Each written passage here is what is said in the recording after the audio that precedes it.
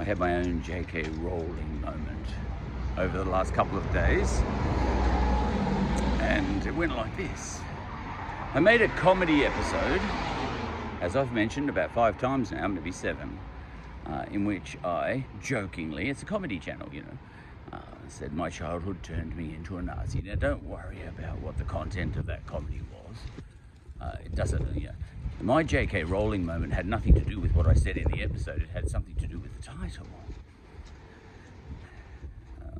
And correctly, I had feedback, and very good feedback, that the title itself could be interpreted by people who don't think the same way as I do, as me saying that my childhood turned me into a Nazi.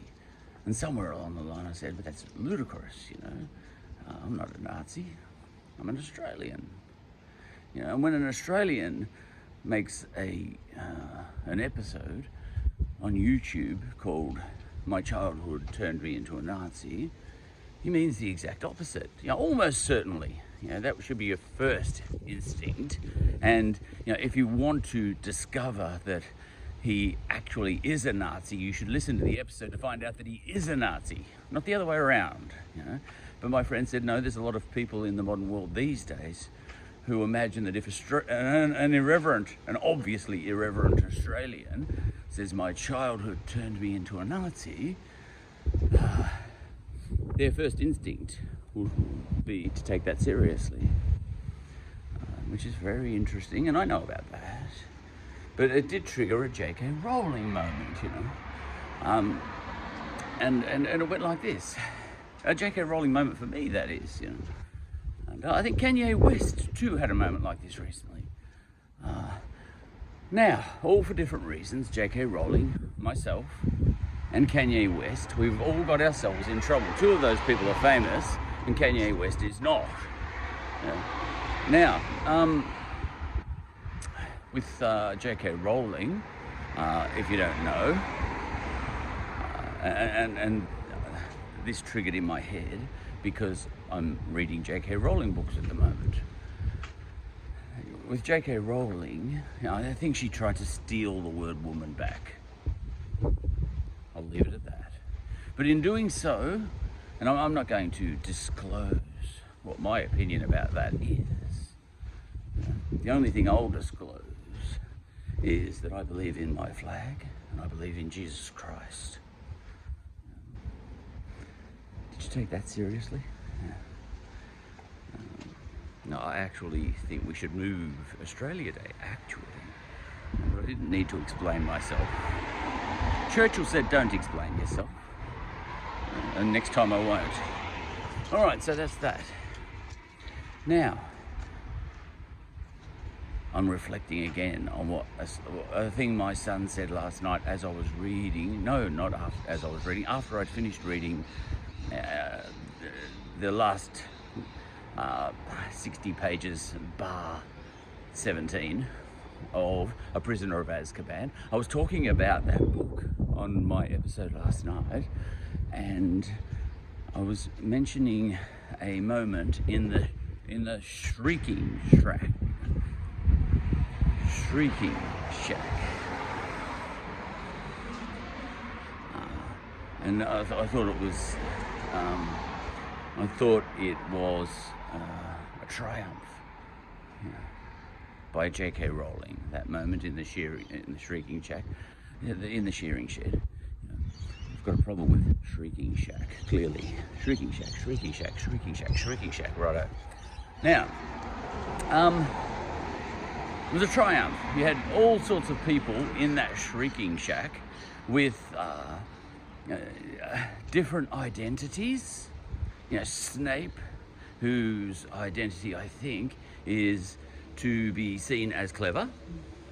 And you had Peter Pettigrew, who for a while I thought was a weak man, and there's nothing more dangerous than a weak man, but by the end of the little moment in the Shrieking Shack, I came to see him as not only a weak man, but a coward, both. Well, they go hand in hand. And then you had all sorts of other people in the Shrieking Shack with different motivations, different identities, different motivations, and it was all coming together. And she wove this spell, J.K. Rowling, brilliantly, I thought. You'd have to read it, and you probably have. But for me, this is the first time I've ever read it. Now, this is relevant to what I want to say about my J.K. Rowling moment, and also J.K. Rowling's J.K. Rowling moment, and also Kanye West's J.K. Rowling moment, you know. Yeah, we have to hear from the unknowns as well. Now,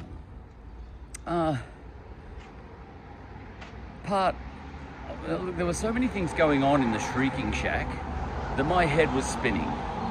My son seemed to be keeping up. It was amazing.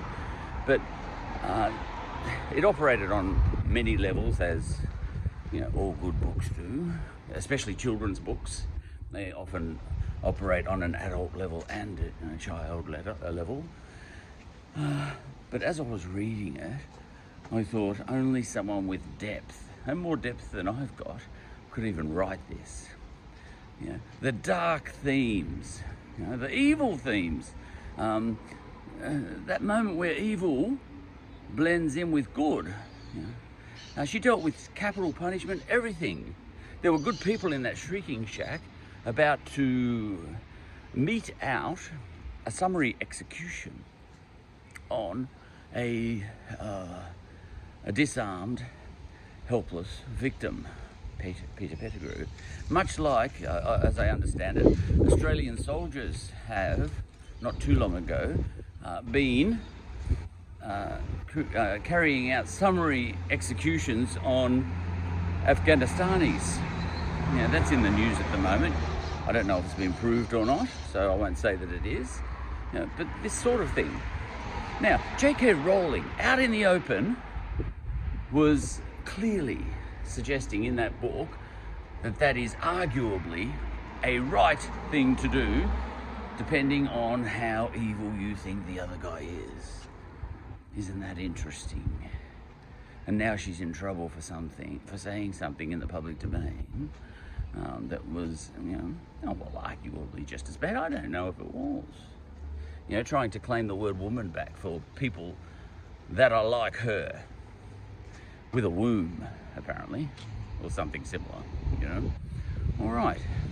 So this is not a debate about that. This is not a debate about that. You know, you can have, if I was, this is what I like about YouTube channels and whatever I was doing last time, podcasts, is no one can interrupt you and start spinning something like this off into a debate about trans rights or something. This is not about that. You know, it's about the J.K. Rowling's moments themselves. You know, or the feedback that, what's his name, the unknown, Kanye West got when he backed Trump. You know, but then he wouldn't back down after that. It was causing him damage, having backed Trump. Arguably, it might have created a few extra record sales as well, but it was causing him damage. Why did he do it? Why did J.K. Rowling do what she did? You know, she knew what was going to happen. She's a master. She's a wizard. She's a witch at the art of manipulating social media, I hear. She knows what she's doing, and she's a great writer as well. When she puts words on a tweet, she knows exactly the effect those words are going to have. So she knew what she was doing. Then she got what she asked for. She got a firestorm. And people are, you know, she's losing people out of her production company and all these sorts of things. It's causing her immense damage. Why did she do it? You know, now, I think she's got a child. Now, a friend of mine who is brilliant on these matters, much more brilliant than I am. But in my own small world, I have a friend who might argue that in putting herself out like that in the public domain, saying something controversial when there was really no obvious need to do so, she was being selfish because she was desperate to get her point across. Yeah, desperate. You know, not now. It's possible that she wasn't desperate to get her point across, she might be, rather, she may have been championing an idea, which is a very different thing. You know, not being a stick in the mud, obstinate creature, but actually thinking that ideas are important, even if they go against the mainstream. And this all hints at cancel culture, of course, obviously. But I'm pro cancel culture on one level. Things aren't as they seem. I believe in my flag and Jesus Christ, but I also believe that we should move Australia Day. And I don't even believe Jesus Christ existed. Quick digression, by the way. I saw in a news feed this morning that an episode on the coronavirus, actually. I haven't talked about coronavirus in this YouTube channel yet, I don't think. And someone was talking about other people on the street. Someone was talking, hello, how are you? Bulldog's scarf, I'm not very happy about that. No. Yeah, Footscray beat Essendon the other day, and she's got her Bulldogs flag on. So her Bulldogs scarf on in an Essendon area. That's just not right. Anyway, what was I talking about? Well, I think I was saying I believed in Jesus. I don't actually. Oh yes, that's what I was talking about. That doesn't matter. All right. Now, and yet I do, and yet I don't. All right.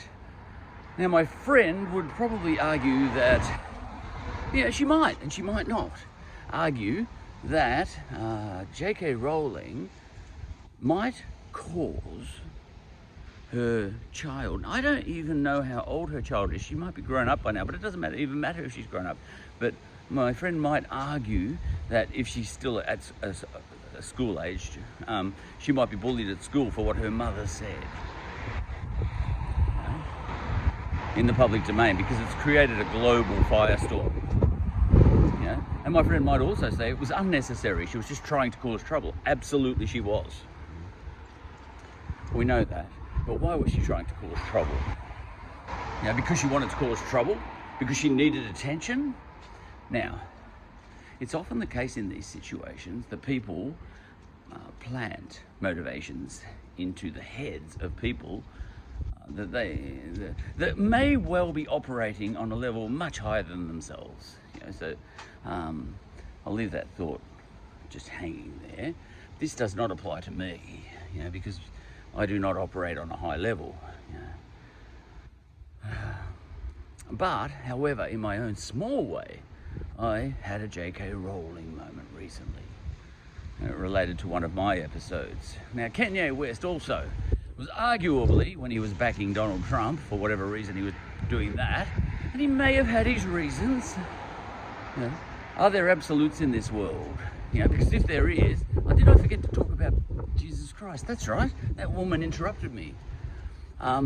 Yes, coronavirus. I saw an article this morning where someone said, for her, because she caught coronavirus, there is BC, and AC, but BC is before coronavirus for her. So it's a huge thing, coronavirus, much more important than all the ideas that I'm discussing here.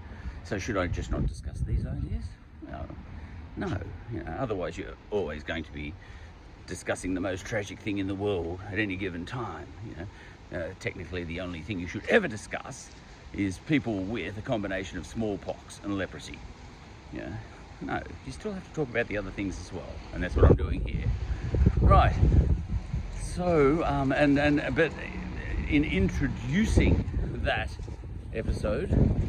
article, the reporter, nothing to do with anything, apropos of nothing, said BC, because you have to have a strong opening, don't you, to your article if you're a good journalist.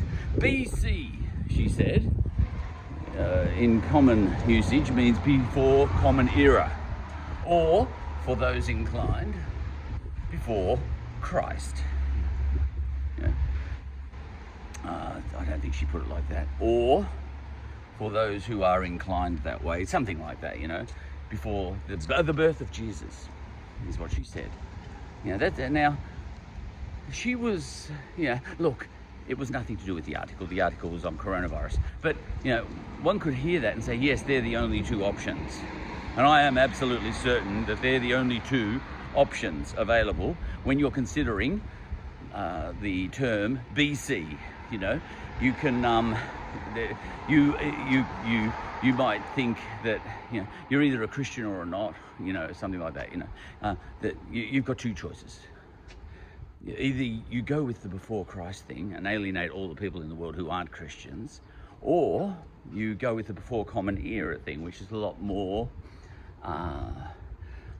kind, inclusive to everybody. So that seems like a classic either or situation. You've got those two choices. You're going to be a good person or a bad person. And this is the way a lot of things are presented, including things that I'll mention in this episode. Kanye West and backing Donald Trump. A black and white bad thing? Who knows what was on his mind? He's a far greater philosopher than I am, and I'm not kidding there. I've heard him speak. He said, I am a god, and he didn't mean that. This is what I'm getting at. Now, but there's another construction on the BC question, and it's the one I adhere to. It's got nothing to do with Jesus. It's got nothing to do with inclusivity. It's got nothing to do with religion or anything like that. The reason that I like to say BC still, it's got something to do with Rome. We adopted their calendar, and maybe as a sign of respect. Why would you respect a society like that, a patriarchal, brutal society like that? No, it's not even to do with that. It's to do with the fact that, it's the colour of history. BC has more colour for me. It keeps history alive. It keeps history alive for me, calling things BC and AD. Nothing to do with Jesus. If it's got anything to do with Jesus, it's to do with the fact that the Romans thought Jesus was born in 1 BC and AD, It's got nothing to do with Jesus himself for me. It's got something to do with Rome and keeping the colour of history alive. Before Common Era is colourless to me. It's grey. It's neutralised. It's beige. It's nothing. It's boring. We've killed off some colour in the universe in favour of something that is more politically correct. But I'm into political correctness. You should be politically correct. Absolutely. And I think the left and the right agree with that. The right can be hypocrites when it comes to that. They know how to cancel people too. All right. Now,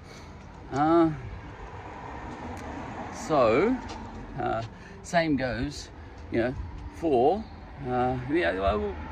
questioning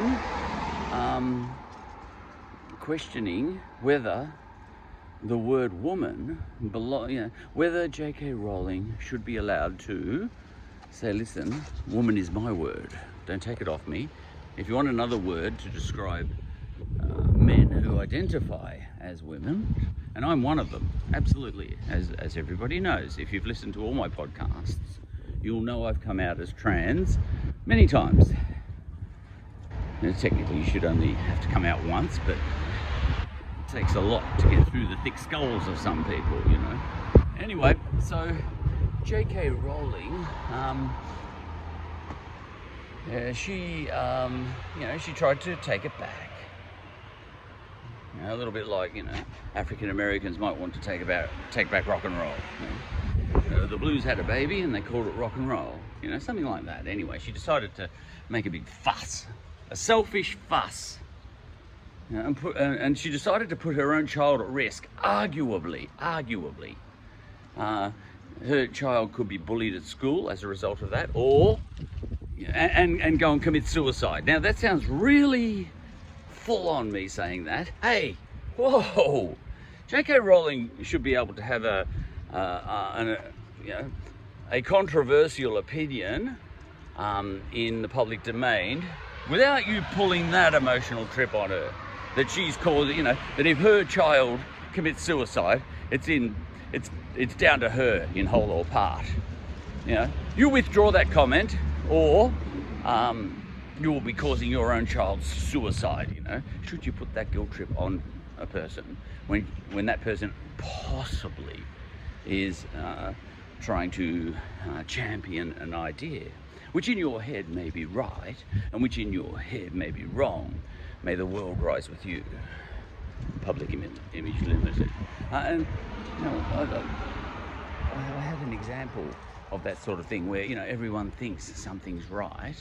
And should there be a dissenting voice in the world if the absolute common sense in the world is something else? And the example I thought of before, as I was walking down here to the spot where I'm walking around in circles, was this. There was a time when something like this coronavirus would have been down to God. Now, everybody in the world at that time, there you go, still in Melbourne, everyone in the world at that time would have had it as a self-evident fact that this coronavirus that we're having right now was down to God, for whatever.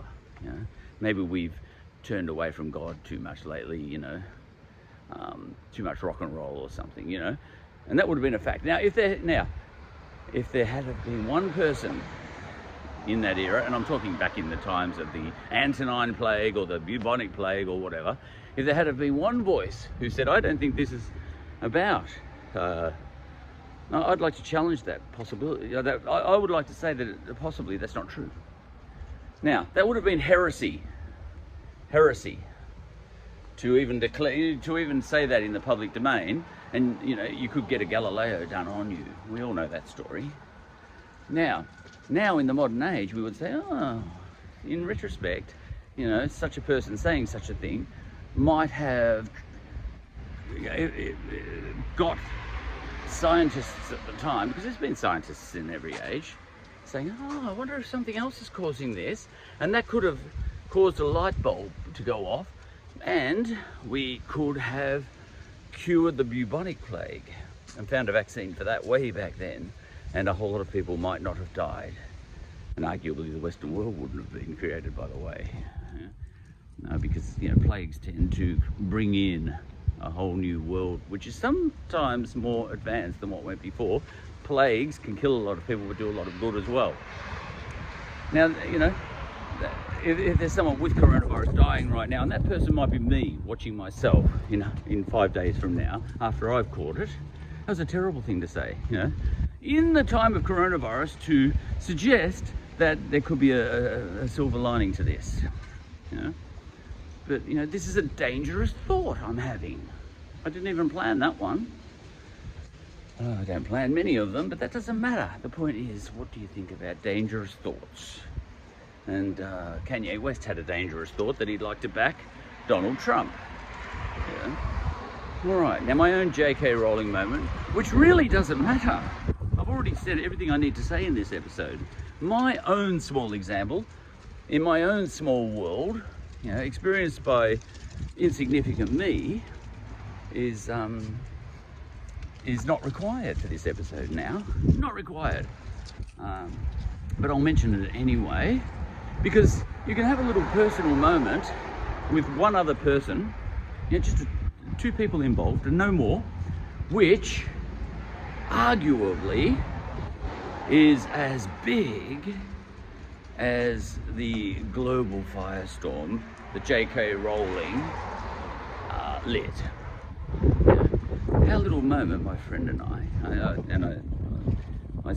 if you listened to my previous episodes, I paid her huge compliments for the cleverness and wisdom with which she put forward her arguments. In fact, and I was quite sincere about this, in fact, I told her afterwards, you'd make a good barrister.